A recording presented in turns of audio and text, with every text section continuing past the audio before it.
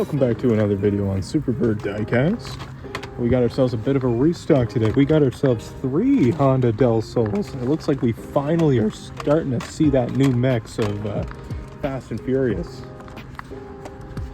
And we've got this mix as well. This is a really good mix.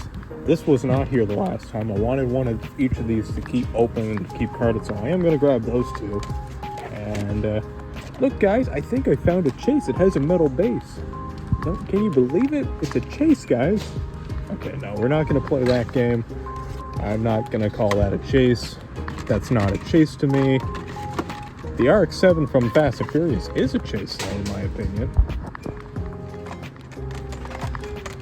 You know, I'm surprised the Del Sol is not that popular. I've already picked up my Del Sols for, I think they lowered the price of the premiums, but they've got those. We've got a leftovers of Power Trip. So we would be looking at the Durango, the Lightning. The only one that I really want, maybe the Mustang and the Durango there. But in this set, we've got the Vulcan, the Jaguar, the Speedtail, this guy, and then this apparently chase, but I'm not falling for that. I think that's about as much of a chase as the mystery models. But it looks like outside of that, that's all that's new here. With that being said, that's all I'm gonna take. I will see you at the next stop. Still at Walmart here. Just noticed this display of these the Jada small blocks. That one's already kind of partially open, but these are pretty cool.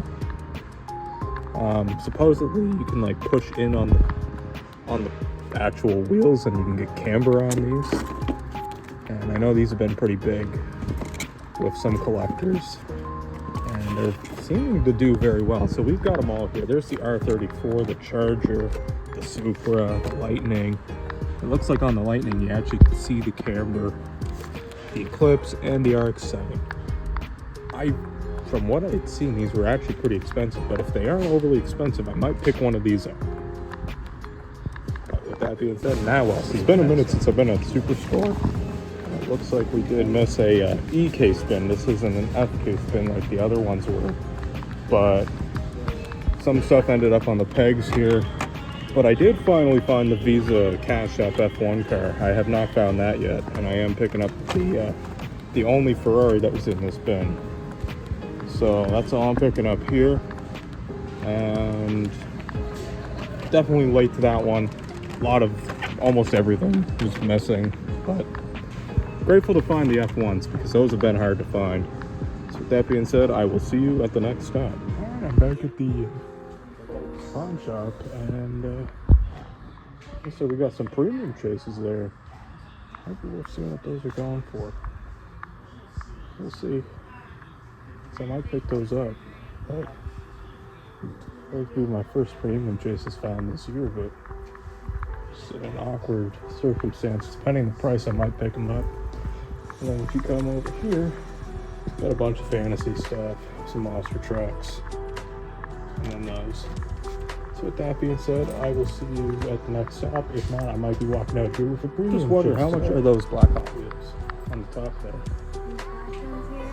Yeah.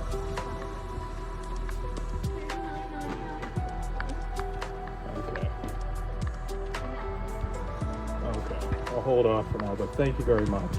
All right, so it's the next day after I spotted those chases at the pawn shop. I did a little bit of looking at online to see what they're going for. I made an offer, and yeah, he took the offer.